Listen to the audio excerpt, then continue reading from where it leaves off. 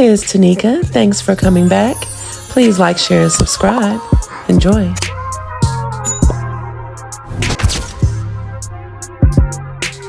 Hey, thank you for joining me. This is just a conscious stitch.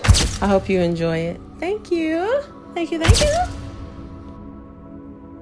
I'm just not like y'all. I'm just not like y'all. I love you much.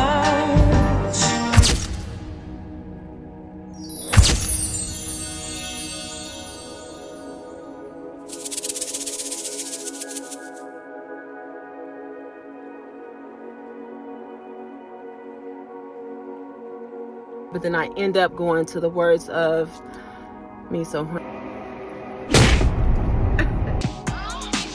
and I'm not.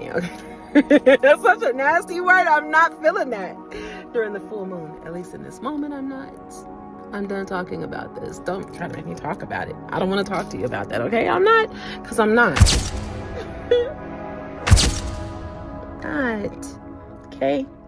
Okay, bye. Topsy. Foreign car. Don't act like you forgot. I call the shots. Like. Pay me what you wanted. Don't act like you forgot. You better have my money. Now you know what we are. Now you know what you are.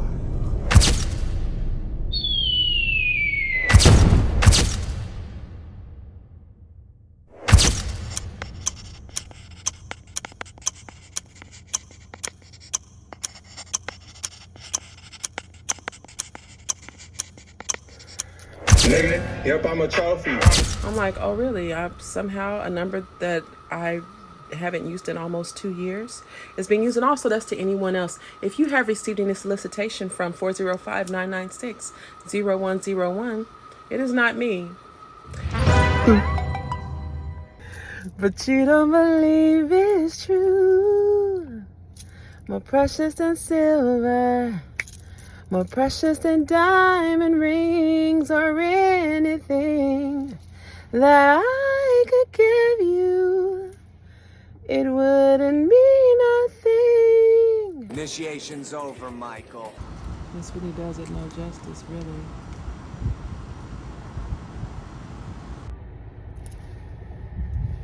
So mama told me, so I be thinking that I be doing something. Cause like, you know, if you put something on, like I haven't worn the type of attire that requires me to iron in years. And so I thought I could just get in my trunk and pull out a shirt, one of the little Sheen shirts, when I was trying to replace my wardrobe. Because I was working at this place that told me that I couldn't wear dresses. Child gave me a whole tricycle and everything. It was crazy. It was a blessing too, because I adjusted very quickly. But anyway, so I have a bunch of blouses and pants and things that I'm stuck wearing. I'm loving wearing it. So I'm like, that was definitely a part of the plan, and I get that. But I haven't switched gears in my mind yet. And so I don't have an iron or the means to iron my clothes. Thank you. So in my mind, I thought I could just put this blouse on and it looked good, right? I'm seeing it on myself. I'm like, well, if I just sit, you know, my body heat is going to pop out some of those, you know, flatten out some of those or straighten out some of those wrinkles. My mother saw me and she got her clown all the way on. I was just like, you can trust the elders to give you the 100% unfiltered truth. They will be like, so you need an iron, daughter. And I'm like, why did you say that, Mom? And she's like, I mean, damn, Teneca, I think this paper bag got less, you know, because I picked up a prescription for her. It's like, I think that this bag has less wrinkles in it than your blouse. And I was like, that's fine. It'll work itself out. You know, I wear what I got.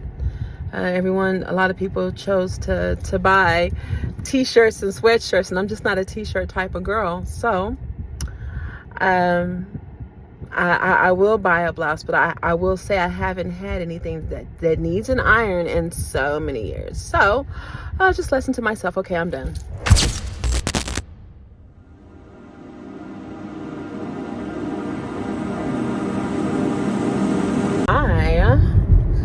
I'm going to pick up Let on. He waits for me. Yes. And I drove right past a police officer and shit. Okay. Yeah. I don't feel good about that. Okay. Yeah.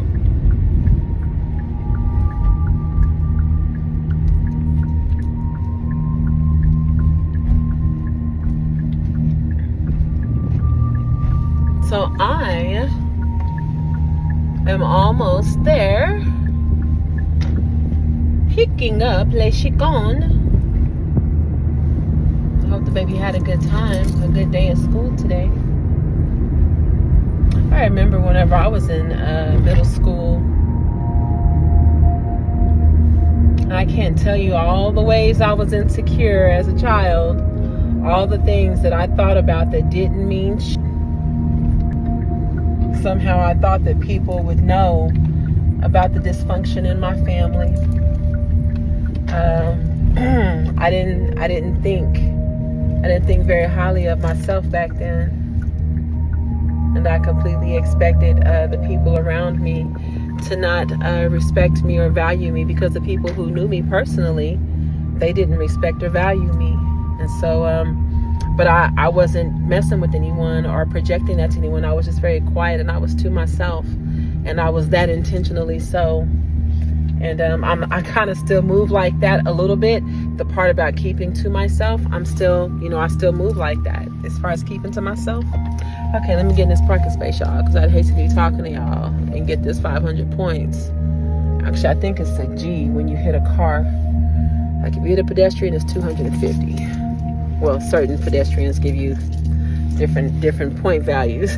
Oh God, okay, and I am so addicted to the backup camera. I used to talk cash about people in the backup camera, like you can't do shit without your camera now, right? Like we learned how to drive without them, but like now, when I'm driving someone else's car, like if something like that, or just anybody's car that doesn't have one, that's like the first thing I'm thinking about is the backup camera. I can't really explain that, but it is what it is, you know?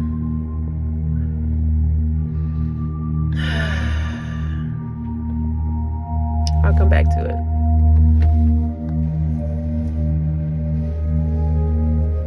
Did you know that when you are, when you have an emotional connection with someone, especially like someone that you're being intimate with, if you're sharing that type of space with someone emotionally, spiritually, mentally, you can literally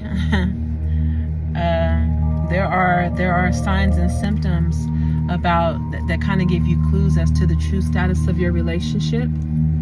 And so you can know if you are, like if your bond is being strengthened, and if you are, you're coming on one accord or on one page, or if there is some dissonance there. And like, especially once you've been intimate with someone, that creates the soul tie, right? The soul tie. Well, what can be considered a soul tie? It isn't necessarily, because it's a spiritual and emotional bond is what it is. And that doesn't have to be a negative connection, because once you lay down, that kind of consummates the relationship in a way. As relationships, your energies kind of combined and fused in a way. And I saw this YouTube video years ago that it gave the perfect example and analogy that basically showed us like as pieces of cardboard. And if you took two pieces of cardboard and then you stuck them together, it's like you try to pull them apart, then there are fragments of this one that would be on this one, and fragments of this one that would be on this one, and it's a whole mess. And you never truly get that other person's being and their demons nor their blessings. They don't just come off of you, and you have to do some very serious cord cutting, and it's hard for people to stand up to that. And that's one of the reasons why I kind of move the way that I move, very consciously. I'm not saying like I just tiptoe into everything, but because I have a knowledge about some things, then yeah, it does dictate how I show up. There's a level of responsibility that I do have for myself, that we all have for ourselves, based on the information that we have to work with. And so that's one of the things, like I remember whenever my children were younger, I would not allow them to watch like reality TV shows, specifically the ones that depicted like and I'm not bashing any of I won't even name them, just so that no one feels called out or bashed, because people are in their bag and they're making money and they are influences of a sort, and some of those relationships do evolve in the reality TV show realm. But for the most part, from the very beginning in the early 2000s when they started coming out with these shows, I was just very mindful. I'm like, how am I living my life the way I'm living it? I don't want my children to see me in unhealthy, imbalanced relationships where, someone is talking down to me, or, the men with the behavior that come in late, or they're drinking and smoking, or they just create dissonance in the house. It causes a very real type of dysfunction. I didn't want my children to see that or experience that. I wanted to weigh in on that and talk about it and to put things into perspective way before, an episode like that ever met their eyes or met their beautiful minds. Because if that were okay, I would never have left home in the fashion that I left home. And I will say, after I left, my mother left right after me. So my mom and dad would still be together. I do believe, had I never just took a stand and said, Daddy, you can't do it in front of me. I'm not telling you how to do your own house, Mom. I gotta go. And she was like, you taking my grandbabies that you just gave birth to? I ain't gonna get to see them up close and personal. She's like, I'm leaving too. And she never went back. But I didn't do that for the sake of breaking up her relationship. That was just me. Just the water is hot down here, and so I'm climbing to a whole nother, like I've already lived my whole life at that point in that type of relationship. But I would also still be with her father. Not that their father is still like that. Like I said, we were 18, 19 whenever we got together. And so us breaking up, we were still in our 20s when we broke up. Surely a lot has changed between 22 years old, 22 and 46. We've both changed and grown tremendously. I don't have those types of issues, any of the issues that I had whenever I was 18 years old.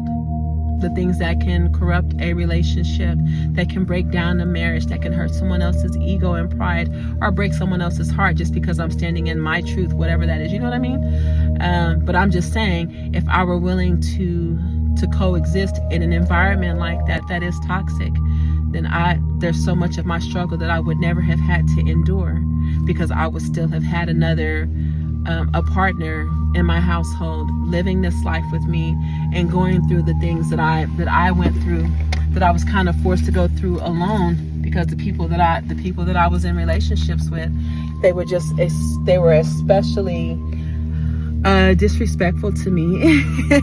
And in a way, they showed up in a way that I could not. And so it's like when my children were asking for permission to watch some of the shows, I just remember my disposition was very much hell no. It was hell no. And because I'm conscious, it's like I'm conscious of the intent behind the depiction specifically. I'm identifying as a Black woman. And so on the shows that had other Black women that look like me, that we have similar backgrounds, to see us fighting each other instead of helping each other, and fighting over men, like the whole VJ dynamic. No pun and no disrespect intended, because the man makes a bag and he helps many. He has helped many get the bag. He's helped and ushered many into their success. On the shows that I saw that he had anything to do with in the very beginning, I'm seeing beautiful Black women just like me, just trying to survive out here, and to look up and find themselves in connections with the man, and like 3 or 4 different women fighting over the same person. And wrap your brains around it. Consider the sound. Your mother wouldn't have had to struggle the way she did if he had just been around. But you became him, taking all the wrong notes. Lessons well laid out. It was all a big hoax. He could have taught you the right way, but he taught you the game. Look at your life, how it's ending. It's the same. And you blame us for surviving with any degree of pride. Oh, the pain, fear, indignity, all pushed to the side. I survived. I survived. I survived.